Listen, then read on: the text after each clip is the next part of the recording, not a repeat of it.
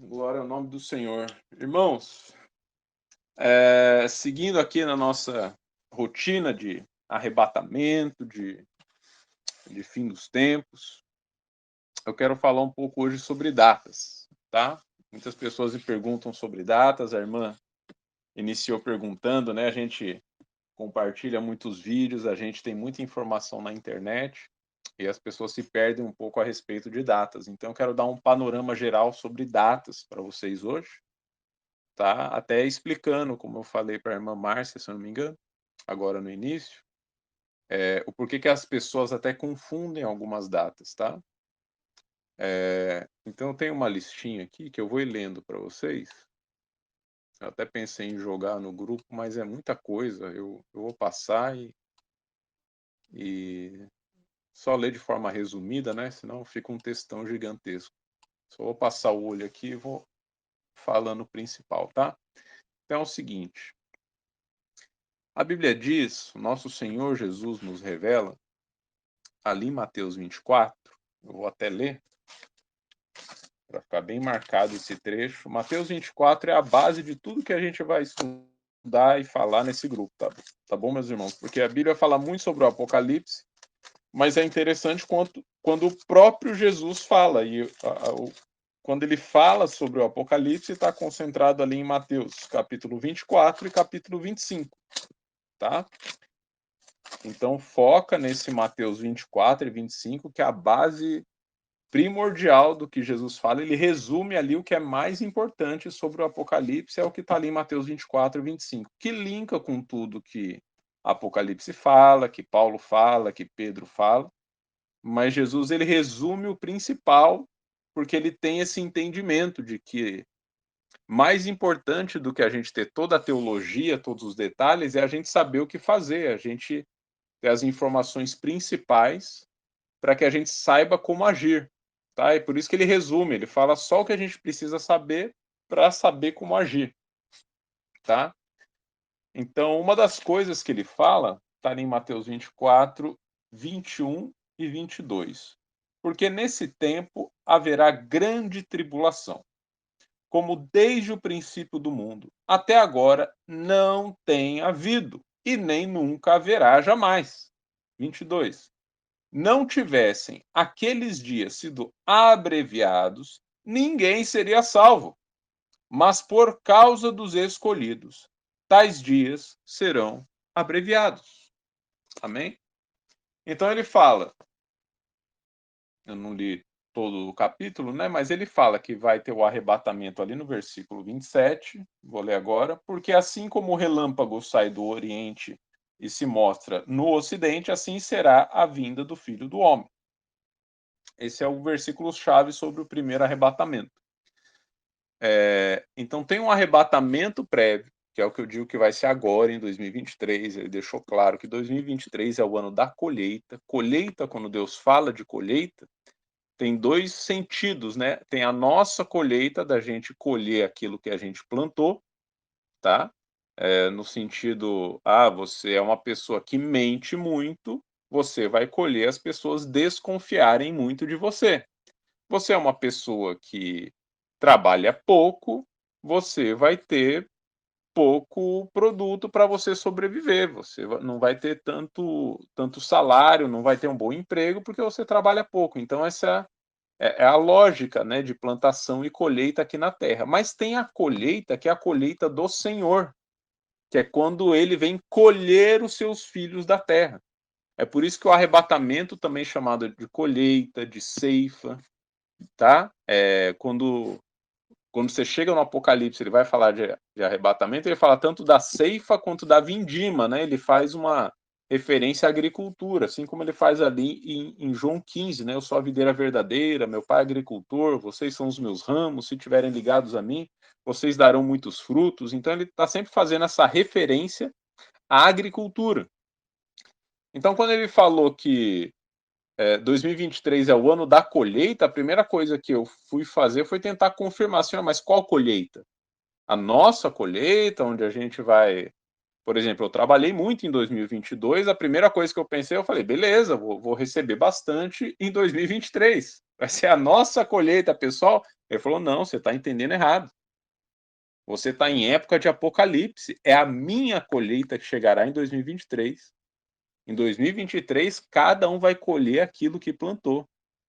Quem plantou em mim, quem plantou no Espírito, vai ser arrebatado, vai ser colhido por mim. E quem não plantou em mim, quem viveu mais do mundo, vai receber o seu salário do mundo. O que o mundo espera é o que ele vai receber, que é a grande tribulação. Então ele foi deixando muito claro para mim a respeito dessa colheita, por isso que eu prego com tanta certeza, né? Depois que ele foi me falando, ele foi confirmando através da vida de outros irmãos, de outros testemunhos, mas isso é uma certeza absoluta que eu tenho, que 2023 é o ano da colheita, tá? Mas ele deixou um detalhe que eu li ali em Mateus 24, 22, que é o fato dos dias serem abreviados. E ele deixa claro que muito crente, né, os escolhidos, muitos ficarão na grande tribulação porque não estavam prontos. Tem um vídeo meu lá no YouTube falando muito sobre isso. O título é Arrebatamento, onde eu leio Mateus 24 e 25 inteiro e explico por que alguns irmãos vão subir e alguns irmãos vão ficar. Porque Jesus deixa 4 parábolas aqui explicando isso. É a parábola da figueira, parábola do servo bom e do servo mau, parábola das 10 virgens e a parábola dos talentos. As 4 falam de arrebatamento, de uma igreja que fica e uma igreja que sobe. Tá? Mas mesmo a que fica, Deus vai guardando durante a grande tribulação para ela ser arrebatada no final, tá? Mas eu quero focar agora nessa parte do abreviamento dos tempos. Como que isso foi acontecendo? Como que a gente percebe que os tempos estão sendo abreviados, tá? Então, em 1617, para quem não sabe, o mundo, né, as constelações, o nosso universo, ele vai girando. E como Deus fala lá em Gênesis, né, o sol, a lua, as estrelas, os luminares servem para nós de sinais proféticos, tanto quanto para contagem, né? O universo vai girando porque é um relógio, tá? É o relógio do Criador, que a gente chama o relógio de Deus. Lá do seu trono ele olha para baixo e ele vê o universo girando. O sol e a lua são os ponteiros. O sol, o ponteiro maior, imagina um relógio de pulso, esses relógios não digital, esses relógios de ponteiro. O Sol é o ponteiro maior, a Lua é o ponteiro menor. Então, lá de cima, Deus está vendo esse relógio girando, e de quando em quando ele pode ou adiantar o tempo ou diminuir o tempo. Então, se Jesus fala que ele vai diminuir os tempos, a gente vai perceber isso na constelação, no giro das estrelas. Dá para contar isso aí. Por isso que tem a NASA, tem astrônomo para isso. Eles estão observando o movimento dos corpos celestes das estrelas. Então ficou claro algumas contas e algumas datas aqui, que é isso que eu vou passar para vocês agora. Em 1617, a Terra começou a girar num padrão de 400 anos, tá? Em 1897, o padrão diminuiu para 120 anos. Foi quando ocorreu o primeiro congresso sionista, tá? Em 1947 mudou de novo para um padrão de 70 anos. O que significa esses padrões? Antigamente, né, quando fala o padrão de 400 anos, é porque a cada 400 anos acontecia um evento marcante, que é o 400 anos de escravidão do povo de Israel, os 400 anos de Malaquias até o livro de Mateus, sabe assim? Esse tempo de 400 anos era um padrão de Deus. Em 1897 mudou para um padrão de 120 anos. A cada 120 anos acontecia um marco no mundo a partir do povo de Israel. Deus sempre usa o povo de Israel como a referência do que vai acontecer no mundo, tá?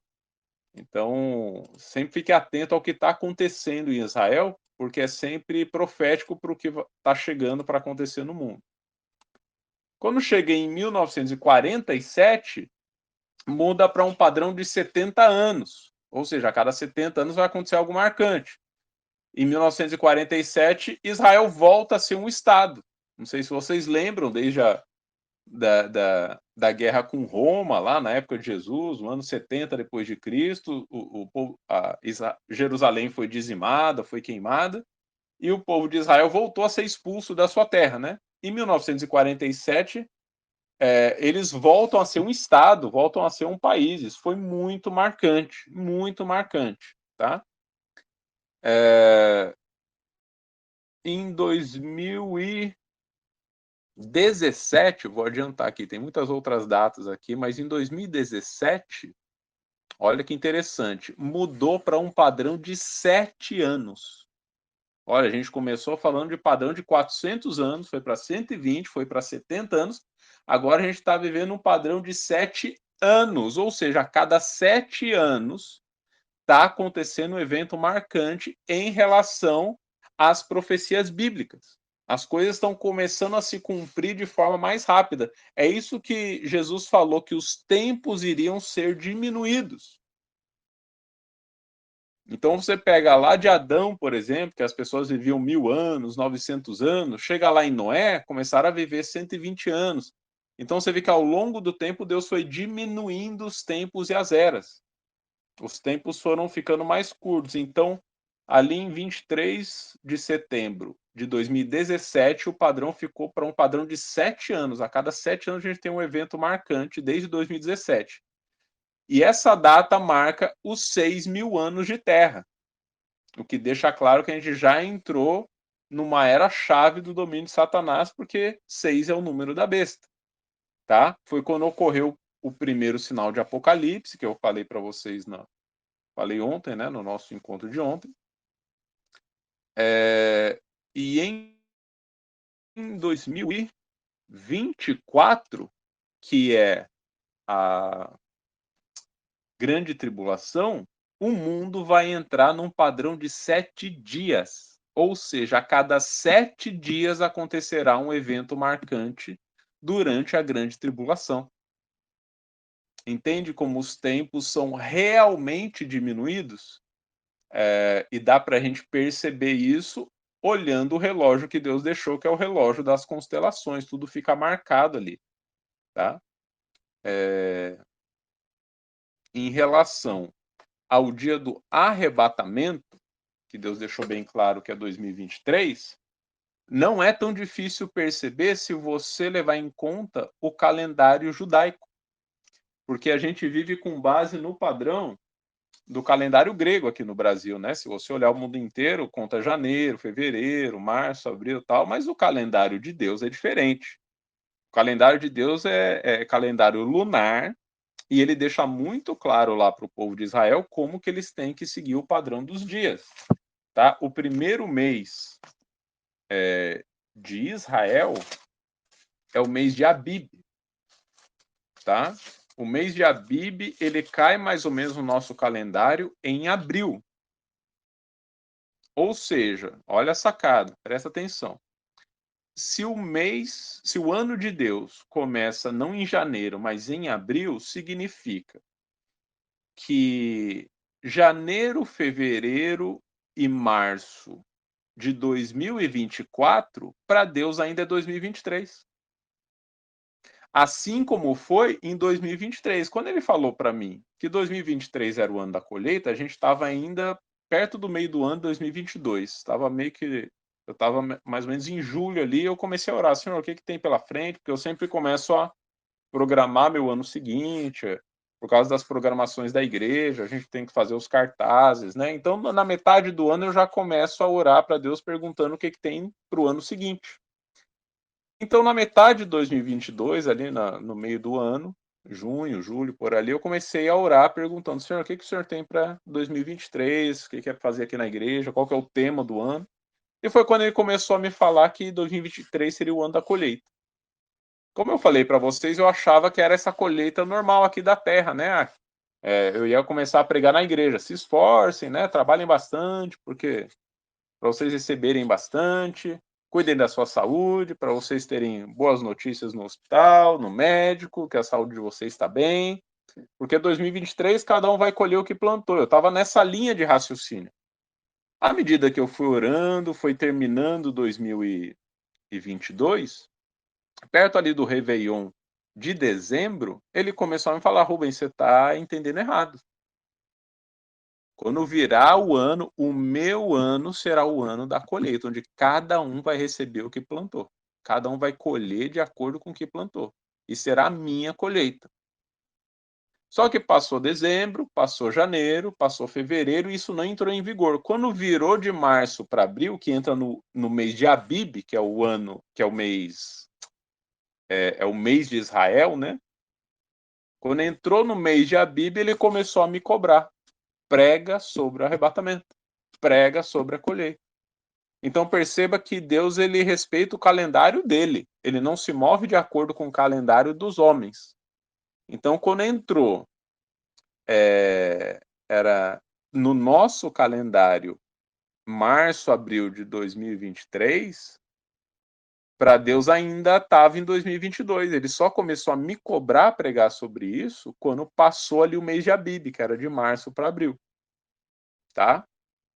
Então, entre março, abril de 2023 até março, abril de 2024, ainda é 2023 para Deus, tá? E o arrebatamento ocorre nesse espaço de tempo.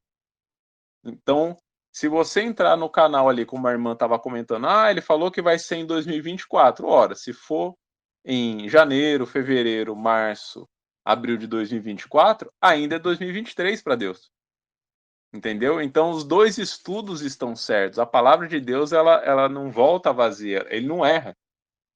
É que como cada um está estudando a partir de um ponto de vista, é igual os evangelhos, né? Você vai ler Mateus, Marcos, Lucas, João, eles estão falando às vezes das mesmas coisas, só que cada um está falando do seu ponto de vista. Então, às vezes tem uma diferença de um texto para o outro, tá? Até essa passagem que eu li de Mateus 24, se você for ler a partir de Lucas ou de Marcos, tem alguns textos que são diferentes, entendeu? Mas eles estão contando a mesma história, do mesmo Jesus. Então, se você pega todas essas informações e junta, você vê que elas vão cair tudo no mesmo lugar. Parece que tem uma diferença ou outra, mas está falando tudo a mesma coisa. Deus está se revelando pela arqueologia, pela astronomia, pela teologia, por todas as áreas, pela ciência, o pessoal da mídia, o pessoal que estuda as guerras no mundo, está todo mundo falando 2024 vai ser crise total. É tsunami, é crise financeira, tá todo mundo anunciando, é guerra, terceira guerra mundial, todo mundo está convergindo para isso. Logo, o arrebatamento vai ser antes, porque é disso que Deus vai nos livrar. Amém?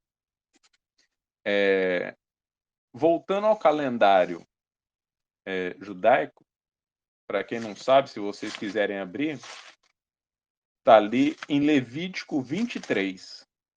Levítico 23, ele apresenta as festas santas do Senhor, tá?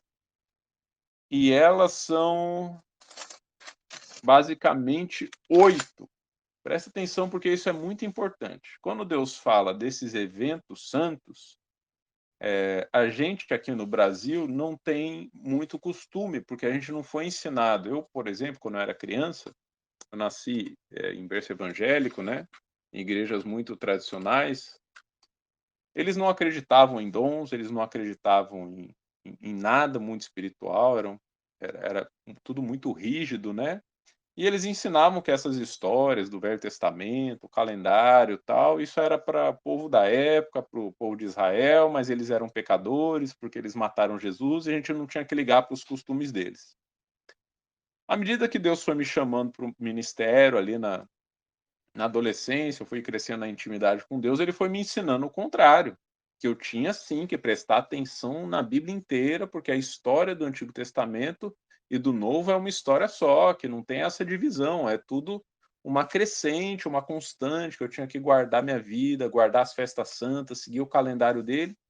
E é por isso que eu sempre vou passando isso para os irmãos, porque eu sei que, assim como eu, muitos aprenderam diferente. Tá? Então eu sempre vou atualizando. Aqui na Igreja Raiz, que é a igreja que eu ministro, aqui isso é lei, a gente segue o calendário de Deus, embora a gente esteja atento ao calendário do mundo, né? Porque tem os feriados, a gente tem que respeitar as datas e tal. a gente segue o calendário de Deus e as festas santas. E as festas santas, todas elas têm um significado. Então, lá no Gênesis, Deus já manda a gente guardar o sábado, tá? Isso tem tudo a ver com o Apocalipse. Por isso que eu estou falando. Eu vou focar aqui, mas quando eu terminar, vocês vão entender o que isso tem a ver com o Apocalipse, com as datas e com o arrebatamento. As festas santas, elas começam com o sábado. Lá em Gênesis 1,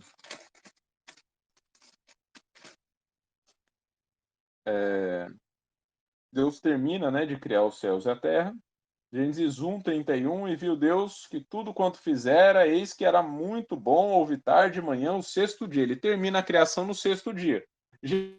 Gênesis 2. Assim, pois, foram acabados os céus e a terra e todo o seu exército, e havendo Deus terminado todo o dia sétimo, a sua obra que fizera, cessou de trabalhar nesse dia e parou toda a obra que fizera. E abençoou o sétimo dia e o santificou, porque nele descansou de toda a sua obra que o Criador fizera. E esta é a gênese do céu e da terra, quando foram criados, quando Yahweh Elohim, Deus o Senhor, os criou. Amém? Então ele termina toda a criação em 6 dias, e no sétimo dia, se você pega o verbo, né, o original, não é que ele descansou no sentido que ele estava cansado, né? O verbo ali é cessar, ele parou de trabalhar. Mas quando você vai lá para os evangelhos, o próprio Jesus, ele se apresenta, ele fala, eu sou o sábado. Meu pai, ele ainda trabalha. Ele não trabalhou no sétimo dia, porque no sétimo dia sou eu quem trabalho. O sábado, ele foi feito por minha causa, não eu por causa do sábado. Eu sou o Senhor do sábado.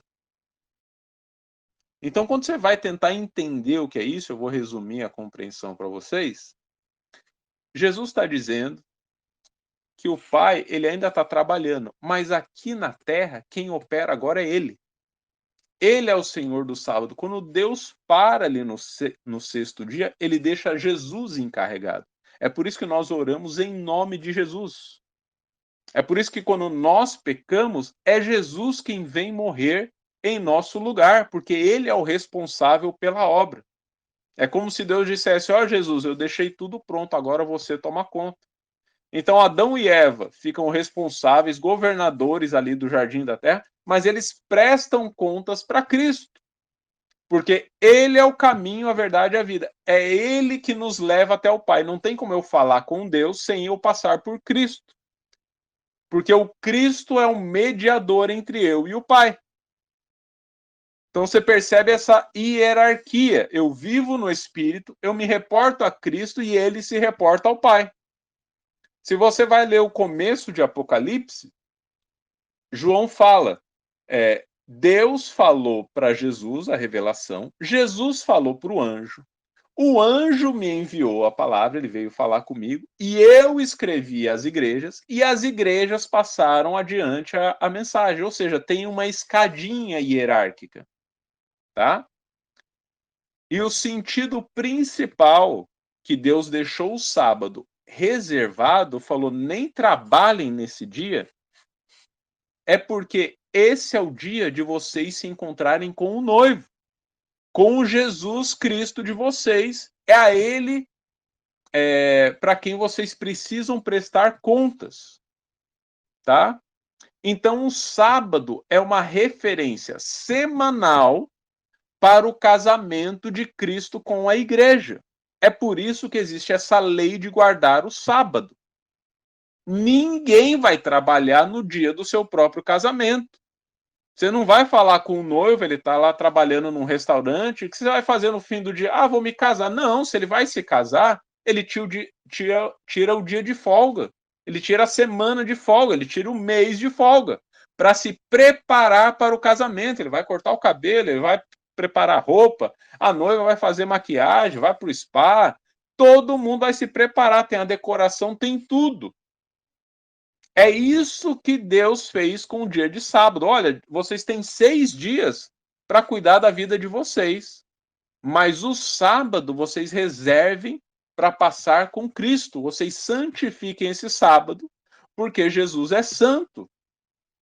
É uma representação do próprio encontro com Cristo com a noiva, com a sua igreja. Então entenda, ele já marca um dia semanal para que você viva semanalmente se esperando para se encontrar com Cristo.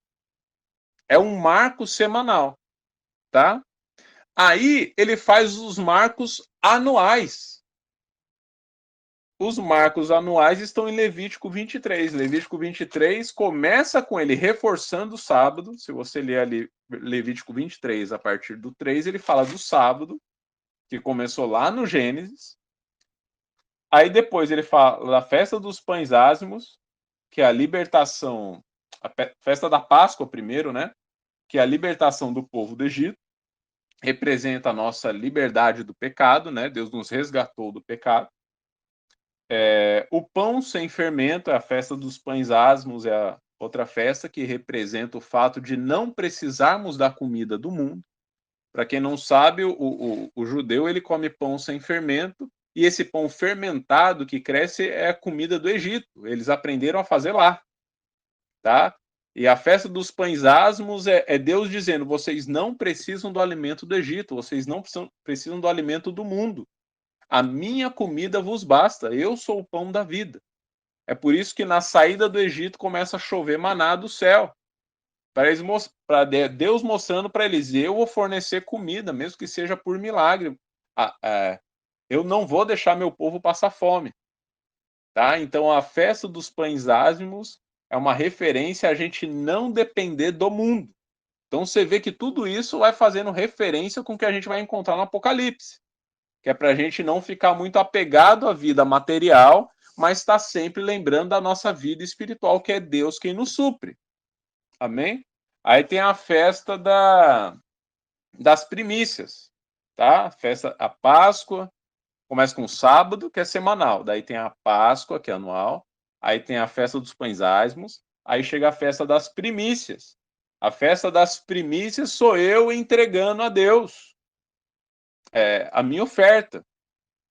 Sou eu agradecendo a Deus, eu trazendo o meu tesouro a Deus. Amém? As primícias do meu trabalho, as primeiras obras, a primeira colheita. Daí vem a palavra Abib, inclusive, porque a Páscoa, os pães ázimos e a festa das primícias são 3 festas que acontecem na mesma época, é na mesma semana. É bem no começo do mês de Abib, dia 14 de Abib. A palavra Abib significa o grão, tá? Que faz referência ao grão do trigo da colheita dos judeus. Abib, a palavra Abib significa grão, que é o grão do trigo que eles plantavam, e ele dava o fruto ali no mês de Abib. Por isso que chama festa das primícias, festa da primeira colheita, tá? Aí você conta 50 dias depois dessa festa, vai cair no dia de Pentecostes, é a festa das semanas, festa de Pentecostes. Por que chama Pentecoste? Penta vem de 5, né? Que é 50 dias depois da Páscoa. Que lá no Novo Testamento foi o dia certinho que caiu o Espírito Santo. Por isso que a gente fala que o dia do Espírito Santo foi o dia de Pentecostes, porque é uma festa anual dos judeus, tá? Ela simboliza essa vida espiritual, tá? No Antigo Testamento, os judeus falam que também foi a data onde Moisés recebeu a Torá, recebeu as leis de Deus. Então eles valorizam muito essa festa de Pentecostes. No Antigo Testamento veio a palavra da lei, e no Novo Testamento foi a descida do Espírito Santo. Tá bom? Aí, olha que interessante onde a gente chega agora. Agora, a gente teve 3 festas em Abib. Aí, 50 dias depois, cerca de 2 meses depois, tem a festa de Pentecostes, tá? Que cai ali mais ou menos em junho, a festa de Pentecostes. Aí, em setembro, presta atenção, em setembro é o meio do ano de Deus. A gente fala que o nosso meio do ano é junho, julho, né? Porque a gente conta de janeiro a dezembro. Mas se você contar pelos meses de Deus, o meio do ano é setembro. Setembro é o meio do ano de Deus. Lembra que eu falei que ele conta meio que de abril a abril, que é Abib, que cai mais ou menos em abril. Se você contar de abril a abril, você vai ver que o meio do ano cai ali em setembro, tá?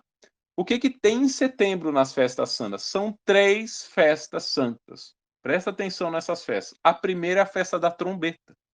O que significa a trombeta? Festa da trombeta é o aviso que Jesus está voltando. Tá? Festa da trombeta é o aviso que Jesus está voltando. Logo em seguida tem a festa da expiação. O que é a expiação? É arrependimento e perdão dos pecados. É um dia de lamento para o povo de Israel, onde cada um se guarda em si, se fecha no seu quarto e lamenta pelos seus pecados, pede perdão, se arrepende. Não é uma festa de você festejar com a sua família. É um dia, é um período da expiação de lamento, onde você faz expiação dos seus pecados e pede a Deus misericórdia, agradece o sacrifício de Jesus Cristo. É um dia onde você busca a santificação. E a última festa de setembro, que é a última festa do ano, é chamada de Festa das Cabanas ou Festa dos Tabernáculos. O que significa isso? Que é a festa onde todas as cabanas, lembra que o povo de Israel vivia nas tendas do Egito até a terra de Canaã, eles viviam em tendas, né? E Deus fez o tabernáculo dele no meio das tendas de Israel, no meio das cabanas. Então todo mundo morava em cabana, né, em barraca. Deus mandou fazer o tabernáculo, que era uma grande barraca, bem no meio do povo. Nessa festa das cabanas dos tabernáculos, todo mundo sai das suas cabanas e vai festejar ao redor da cabana da tenda do tabernáculo de Deus. Essa festa significa a reunião dos santos, junto com Deus. Essa festa das cabanas é a última festa do ano. A festa original, Deus faz no meio do ano. Isso é interessante. Por que ele não faz no final? Porque ele não faz lá em Abib. É porque segue um padrão. Ele está nos ensinando que no meio do ano a gente vai se encontrar com ele. O meio do ano para Deus é setembro. Aí no meio do ano ele põe 3 festas. As trombetas, que é para anunciar que Jesus está voltando. A expiação, que é para você se santificar. E aí as cabanas você se encontra com Deus. É por isso que os mais espirituais, as pessoas que estão tendo mais revelações, estão dizendo que o arrebatamento vai ser em setembro de 2023. Porque faz todo sentido com todo o padrão que Deus criou. Desde lá de Moisés, ele ensina o povo: estejam acostumados a fazerem isso toda semana, guardar o sábado, e todos os anos guardarem essa festa, porque vocês não perdem o arrebatamento. Imagina se todo ano, todas as igrejas do mundo guardassem essas festas. Imagina se todas as igrejas do mundo estivessem atentas à volta de Jesus todo sábado, guardassem o sábado em santificação todo sábado, e guardassem essas 3 festas do ano, se purificando, lembrando que a gente não depende desse mundo, lembrando que Jesus está próximo, que a gente tem que se preparar, que a gente tem que se santificar, que a gente tem que entregar as primícias para Deus, para que a casa do Pai tenha mantimento. Imagine se todas as igrejas do mundo vivessem assim. Ninguém ia perder o arrebatamento, porque todo ano a gente estaria preparado. É por isso que para muitas pessoas hoje, quando ouvem, tem que se guardar, santificar, tem que isso, tem que aquilo, mas esse ano, como assim? Acha estranho. Por que acha estranho? Porque não está acostumado a viver essa rotina. Sendo que essa rotina Deus ensina desde lá de Gênesis. Que é o que Jesus fala: vivam com a expectativa da vida vindoura. As festas santas de Deus são para ajudar a gente a não se esquecer dessa vida vindoura. Então, a partir do momento que você perde esse costume, porque isso é cilada de Satanás, e tirando esses costumes da igreja, não, você não precisa, não, isso é coisa do judeu, não, isso aí, ele vai deixando isso tão distante e você vai se apegando a esse mundo, meu trabalho, minha carreira, minhas coisas, meus sonhos, meus planos, e quando fala, Jesus está voltando, você fala, como assim? Imagina, nem acredito nisso. Entende como é tudo é uma batalha espiritual, é Deus tentando marcar você, preparar você para voltar a se encontrar com Ele. E Ele marca isso no céu e na terra, no céu, nas constelações, nas datas, nas épocas. nas festas santas, nas pregações de Jesus, ele faz de tudo para que você esteja atento à volta de Jesus. Só que ao mesmo tempo o inimigo faz de tudo para você levar tudo isso como bobeira, como não, isso é regra antiga, isso é costume de israelita, isso é outro povo, isso é outra época, isso é e você não se vê como a igreja do Senhor, você se vê como batista, como presbiteriano, como assembleiano, você sempre se vê fragmentado, você se vê dentro da sua bolha. Essa é a estratégia de Satanás. Você não se vê como povo de Deus, você se vê só na sua caixinha. Quando você se vê só na sua caixinha, todas as suas orações, as suas crenças, só se voltam para aquilo que você mesmo acredita, só para o que faz sentido dentro da sua bolha. Mas quando você pega a história de Deus para o seu povo, ele sempre está falando no macro, nunca no micro. É sempre presta atenção em tudo que eu estou fazendo. Olha os tempos, olha as visões, olha as revelações, olha para o céu, de onde vem o teu socorro. Presta atenção em tudo. Eu estou falando aos profetas. Estejam prontos, eu estou chegando. Sabe, Deus não, ele não deixa passar uma geração sem marcar os seus momentos. Amém? Então, se você pega o ano de 2023, pega as semanas de Daniel, que fala que são os primeiros 3 anos e meio da era da tribulação, e depois chega a grande tribulação, bate certinho com as datas que a gente está passando aqui, bate tudo certinho. Por isso que eu falo que não tem erro. Porque não é só uma revelação, são muitas confirmações desde lá de Gênesis. Tá? Tanto revelações de mãos, mas principalmente as escrituras sagradas, que ninguém muda. Ninguém põe a mão para mexer nesse texto. Então olha lá entra na internet depois, olha lá as festas santas de Israel, você vai ver que em setembro as 3 festas estão lá marcadas para esse ano.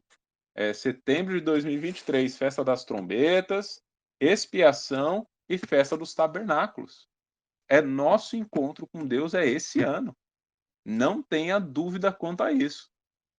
E outra coisa que eu falo sempre, alguns irmãos que não acreditam, que, não sei, você pode estar errado. Ok, vamos supor que você se santifique e não venha o arrebatamento. Vamos supor, você perde o quê? Você não perde nada crendo nessa palavra. Você se santificar, você não perde nada, porque é só isso que Deus está falando.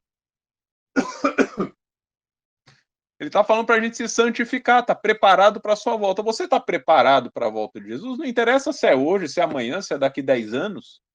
Eu me santificar, eu preciso me santificar todo dia.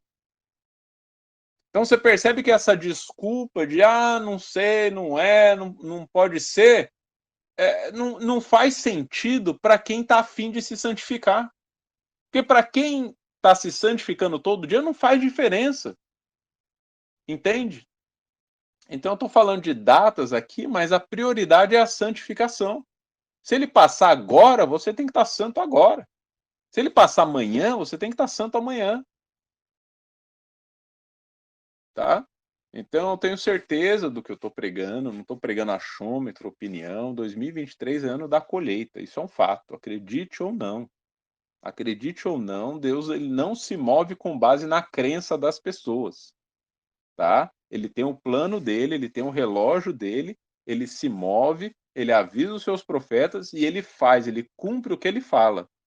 Quem acredita e obedece é abençoado. Quem não acredita colhe os frutos da sua descrença. É simples assim com Deus, tá? Se você pega lá Noé, que é a referência que o próprio Jesus dá, Noé pregou 120 anos. Ninguém entrou na arca, só a família dele. As únicas pessoas que ele conseguiu convencer através do Espírito Santo, agindo na sua pregação, foram os próprios parentes. Mas ninguém entrou na arca, o resto foi tudo bicho que Deus mandou. Então entenda que quem fica na grande tribulação não é por falta de pregação, porque pregar a gente está pregando. Quem fica é por descrença, por teimosia, é por o que Paulo chama por doutrinas de demônios que cegaram o entendimento da igreja ao longo dos tempos e das eras. Se você pega na época de Jesus, existia igreja. Existiam os líderes, existia tudo, tinha templo, eles iam para a igreja, eles respeitavam as festas, só que chega Jesus e fala, vocês estão fazendo tudo errado. Como assim estamos fazendo tudo errado? A gente está obedecendo às leis de Moisés. Sim, vocês estão obedecendo de corpo para fora, vocês são hipócritas, sepulcros caiados. Por fora vocês parecem bonitinhos, mas por dentro vocês estão mortos. Vocês são mentirosos, vocês são cegos, vocês enganam o povo, vocês querem só os manjares, vocês só se preocupam com a aparência. Vocês oram nas esquinas para serem vistos pelos povos. Vocês não estão preocupados com a santidade, com a santificação, com Mateus 6,6, de ir para o quarto, orar em secreto e estar pronto para o arrebatamento todos os dias da sua vida. É viver com base na volta de Cristo. E para isso ele fez memoriais por todo o ano, todo sábado, em todas as festas do ano. Para você nunca perder a perspectiva da volta de Jesus, para você voltar a viver com Deus, que é a sua vida original. Nós estamos aqui de passagem, somos peregrinos nesse lugar, somos só viajantes temporários. Salomão fala que a vida aqui é muito breve, é um sopro. Jó fala a mesma coisa. Para quem não sabe, o nome Abel significa isso. O filho de Adão e Eva, Abel, significa breve, sopro. Que a vida dele foi muito curta, ele foi ceifado logo, foi colhido logo. Tá? Então eu estou falando de datas aqui, está muito mais próximo do que você imagina, meu irmão. Quando eu falo mais próximo, você imagina, é perto mesmo. Não tem tempo a perder. Então, a gente ainda vai ver muita coisa nesses últimos 2, 3 meses que a gente vai viver aí. Ainda vai ter guerra, vai ter crise financeira, vai ter um monte de coisa, vai ser uma bola de neve. Mesmo que demore um pouquinho mais, vai ser em 2023. Quanto a isso, não tenha dúvida. E o 2023 de Deus vai até abril de 2024, tá? Sempre seguindo o calendário de Israel, tá? Você pode olhar na internet, calendário de Israel tem lá um monte de lugar, dá para você baixar, dá para você acompanhar, tá? Eu tenho aqui um que eu faço todo ano para minha igreja, para a gente não se perder nas datas. Aí eu mesclo os dois calendários, o grego e o judeu, e marco em azul as datas de Israel, em verde as datas gregas, para o pessoal não se confundir. Tá? É difícil, a vida de crente, para você viver de acordo com a vontade de Deus, dá um trabalho, você tem que fazer um esforço. Tem que buscar, tem que estudar mais, todo dia você tem que estar atento, o que está acontecendo, porque o inimigo, ele sempre está cegando. Ele sempre está criando leis, sempre criando regras que sempre são inversas à vontade de Deus. Tá? E se a gente não está buscando, não está atento, a gente não entende, passa despercebido, passa batido. Quantos e quantos irmãos, quantos e quantos pastores e líderes já conversei que o pastor está fazendo plano para 2027, o novo templo da igreja. Eu falei, meu irmão, 2027? Já vai ter passado arrebatamento, já vai ter passado grande tribulação, o senhor está perdido no tempo. Não, Rubão, estou aqui na nossa agenda, a nossa igreja criou uma agenda até 2030, porque o mundo falou que a agenda de 2030 do governo vai dar certo, então a nossa igreja até 2030 tem que ter um templo novo. Olha os planos. Ele associou os planos dele aos planos do mundo. Perceba como a ideia de Satanás em tirar a informação da igreja está dando certo. Um pastor ele está seguindo a agenda do mundo, sendo que era para ele estar seguindo a agenda de Deus. E alguns deles estão tão imersos que não adianta você falar, não adianta você conversar, porque ele está focado ali. Ele fez campanha na igreja, ele pegou o dinheiro, ele investiu e ele está fazendo ali, achando que ele está fazendo a melhor coisa do mundo. Não é uma má pessoa. Ele não está fazendo porque ele é ruim, não quero saber. É porque está imerso nesse costume. Ele vive essa rotina todo dia. O nosso cérebro é assim: tudo que você faz todo dia vira uma regra. Você faz por osmose. Tá? Você faz uma coisa um dia, é estranho. 2 dias, mais ou menos. Você faz uma semana, um mês. Depois de 6 meses, para você já é natural. O seu corpo ele é adaptado para se acostumar, o seu cérebro, o seu organismo, o que você come, o que você bebe, tudo que você repete, você se acostuma. É por isso que Deus deixa tudo agendadinho, programadinho para você buscá-lo todo dia, toda semana, todo mês, todo ano, porque você vai se acostumar a fazer isso. Você se acostumando, não dói mais.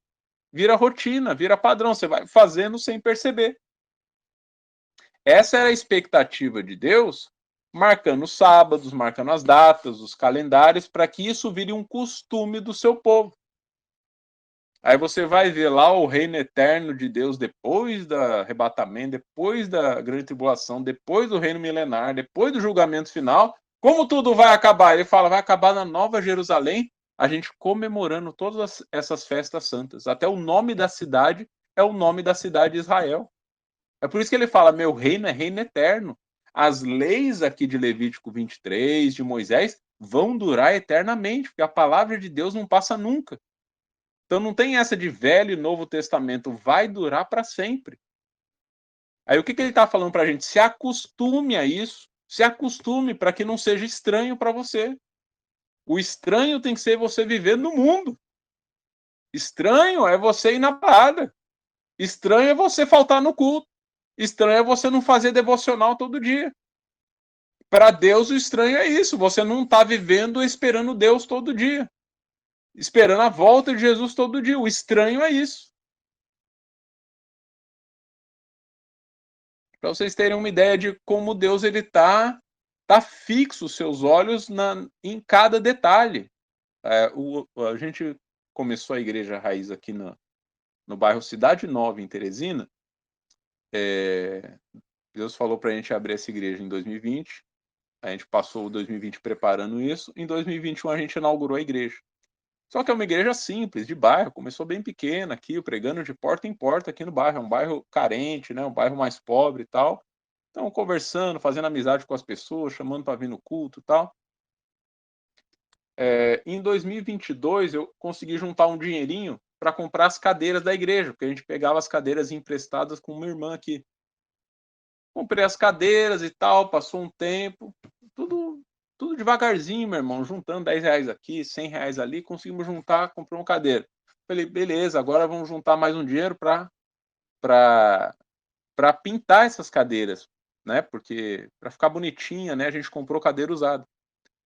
Quando eu fui pintar, eu perguntei para os irmãos daqui da igreja, irmãos, que cor vocês querem as cadeiras? Ah, a gente gosta daquelas igrejas preta, né, tal. Com o tempo a gente compra as luzes, com o tempo essas igrejas modernas, né?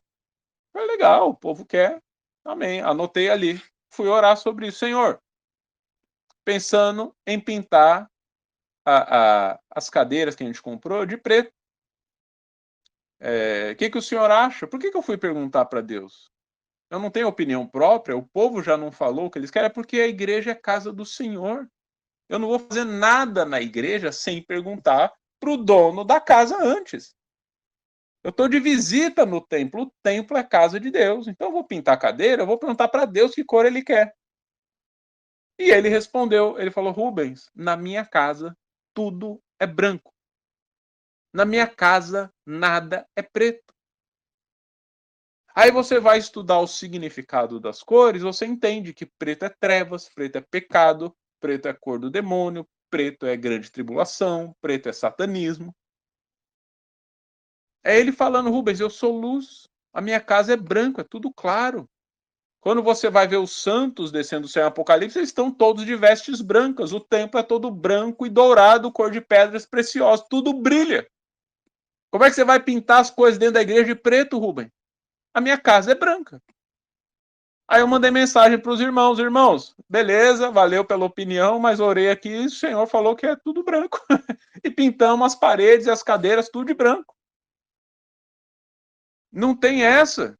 Não tem essa de nossa opinião, mas o que eu acho é que é isso. Não, Deus ele determina e a gente obedece. Amém? É esse estudo sobre datas, sobre as regras de Deus, sobre as eras do Senhor que eu queria deixar hoje aqui pra gente. Agora aqui então, tá bom?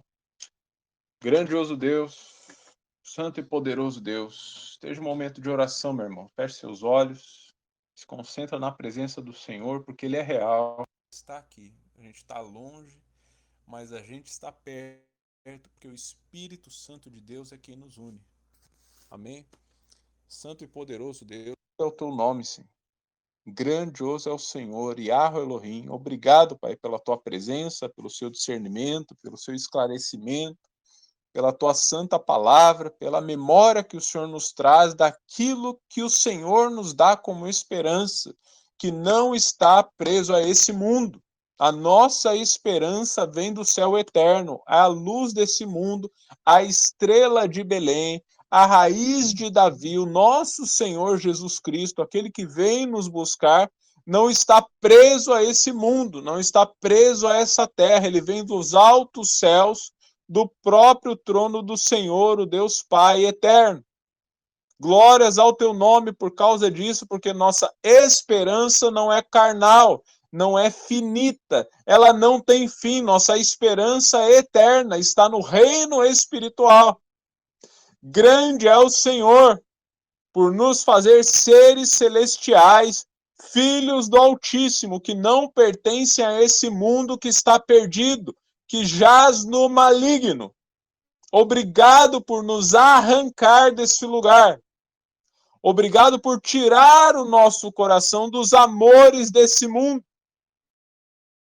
Nos lava e nos converte todos os dias, para que nosso amor pelo Senhor seja cada dia maior. Para que nosso amor por ti sobrepuje, prevaleça sobre os nossos amores desse mundo. Que estejamos desapegados quanto às questões desse mundo, em nome de Jesus. Como a irmã Eline pediu, Pai, nos dá os dons, derrama os dons, derrama os sonhos e as revelações em nome de Jesus. Como ela pediu, mostra para ela, dê a confirmação espiritual, a eleva espiritualmente para que ela tenha esses sonhos e essas visões também, porque as suas revelações o Senhor não quer esconder a ninguém, o Senhor quer é revelar. Revela aos teus filhos, Senhor, em nome de Jesus. Multiplica, Pai, os sonhos, as visões, as revelações, os dons, os talentos, os ministérios espirituais, para que nesses últimos dias de apostasia também haja muito avivamento, Senhor, em nome de Jesus. Para que muitos se convertam, Senhor, em nome de Jesus, como a irmã Andréia pediu, que nossos parentes, nossos amigos, nossos familiares vejam com os olhos de ver, sejam convencidos da tua vida pelo Espírito Santo de Deus. Opera onde nós não podemos, Senhor. Nós não conseguimos mudar a cabeça de ninguém, mas o teu Espírito o pode. Então faz esse milagre em nome de Jesus. Não queremos ver nossa família perdida. Salva nossa casa em nome de Jesus. Temos muitos parentes que não te conhecem, muitos parentes que te negam, muitos amigos que não querem saber do Senhor. Nos abençoa, Pai, nos mostra o caminho de como evangelizar, de como fazer, de como falar, de como agir, mas nos move nessa direção em nome de Jesus e que o Senhor opere o milagre que nós não podemos. Nos conduza pelas veredas da justiça, nos protege no vale da sombra da morte, mas opera também o milagre, arrancando mais vidas das garras do maligno, em nome de Jesus. Ó Pai, que não vejamos os perdidos perto de nós, mas que eles sejam arrebatados conosco, em nome de Jesus. Que eles sejam iluminados no entendimento, como um dia fomos nós também. Seja conosco todos os dias da nossa vida, grande Yahweh Elohim, Bereshit, Kandarabashuri, Kandarabashuri. Ô, papai, aumenta, Pai, aumenta, multiplica os teus filhos nesses últimos tempos. Não nos deixa cair em tentação. Firma nossos pés nos teus caminhos em nome de Jesus. Não nos deixa nos desviar nem para a direita, nem para a esquerda. Nos livra de todo caminho mau. Tira o maligno do nosso pé, Senhor, em nome de Jesus. Nos ajuda e nos ensina a resistir às astutas ciladas do inimigo. Assim como o Senhor resistiu no deserto 40 dias, Senhor. Que nós resistamos nesses últimos tempos, como guardas, como soldados que marcham na tua direção em nome de Jesus.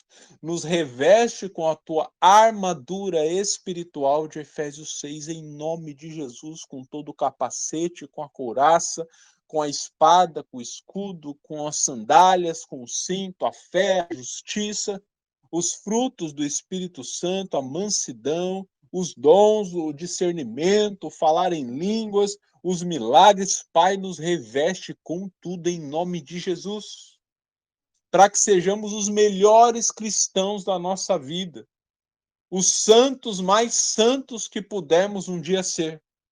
Que nesses últimos tempos a sua noiva esteja pronta, Senhor, em nome de Jesus. Não em fase de prontidão, mas pronta. Não se arrumando, mas pronta, na plenitude do teu próprio Espírito. Que sejamos santificados até a medida do varão perfeito, a estatura completa de Cristo, como o Senhor nos ensina em Efésios 4. Que esse momento seja hoje, seja agora, em nome de Jesus. Que de uma vez por todas larguemos mão de todo pecado, de todo o caminho mau. Que não seja mais um processo, mas que seja agora. Porque não há tempo mais a perder, Senhor. Então se multiplica no nosso meio, o teu Espírito Santo esteja invadindo o nosso coração e tomando conta do nosso ser. Estamos abertos para o Senhor. O que não estamos vendo, o que não estamos sabendo fazer ou dizer, nos ensina, nos fala, nos orienta, nos dá sonhos, visões, nos diga, Pai, deixa claro o que devemos fazer, para que não sejamos confundidos, para que não percamos tempo fazendo coisas que não vão dar em lugar nenhum. Que sejamos práticos, objetivos, assertivos no guiar do teu Espírito Santo, em nome de Jesus. Que cada palavra que saia da nossa boca seja com a tua plena sabedoria. Que cada irmão a quem formos falar, cada atendente do mercado, da padaria, do banco, que nós tenhamos uma palavra de vida eterna para salvar vidas em nome de Jesus. Levanta-nos como os teus ministros dos últimos tempos, os soldados e os guerreiros da última geração. Não queremos ser apenas pessoas que são arrebatadas, Senhor, mas nos levanta como pessoas que ganham ainda muitos para serem arrebatados conosco. Ô Pai, cuida da nossa vida, mas também nos faz um guarda-chuva que abraça muitos irmãos em nome de Jesus. Ainda há muitos perdidos. Ainda há muitos perdidos que não fazem ideia do que está por vir. Nos ajuda, Pai, para que a palavra que saia da nossa boca ela abrace muitos filhos teus, para que eles subam com o Senhor Jesus Cristo em nome de Jesus, Pai. Que o Senhor não perca nenhum filho.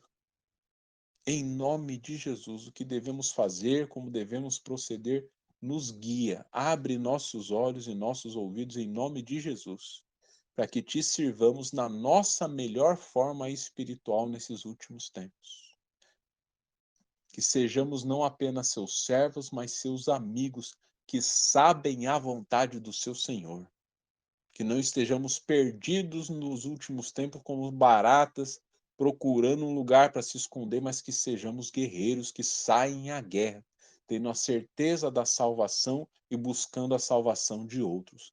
Nos arma, nos empodera com o teu Espírito Santo, nos renova espiritualmente a cada dia, para que tenhamos essas armas espirituais para lutarmos a tua causa, em nome de Jesus. Que nós te pedimos e já te agradecemos, ao Pai, ao Filho e ao Espírito Santo de Deus. Amém.